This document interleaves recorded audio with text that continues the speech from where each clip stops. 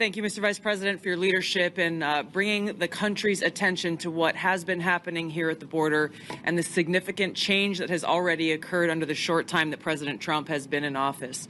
Really, what you're seeing here today and what you'll continue to see is a unified effort across President Trump's national security team, the Department of Homeland Security, towards our mission, which is to ensure a safe, free, and prosperous society for Americans. As Director of National Intelligence, there are a number of areas where we are focused.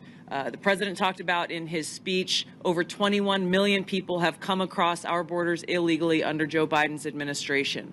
There are many of them that we don't know who they are. They have not been vetted. We don't know where they are. I'll give you one quick example of one of the problems that we are getting after. From Central Asia, there were over 4,000 people who came across our borders using an ISIS-affiliated network. Our National Counterterrorism Center went through and identified those individuals. There were hundreds of them who were either known terrorists or associated with known terrorists. That information was provided to the Biden administration.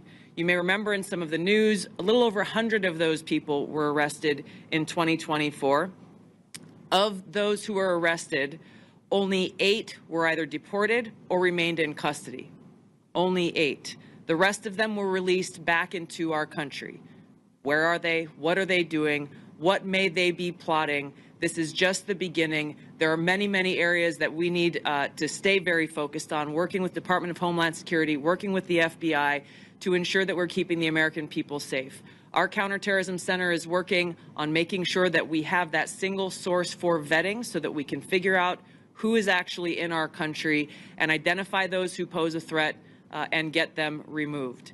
The President's designation of the cartels as foreign terrorist organizations falls directly into this, especially as we're seeing some of the tactics that these cartels are using reflect some of the tactics that we've seen used by Islamist terrorists in countries that many of us have served in overseas.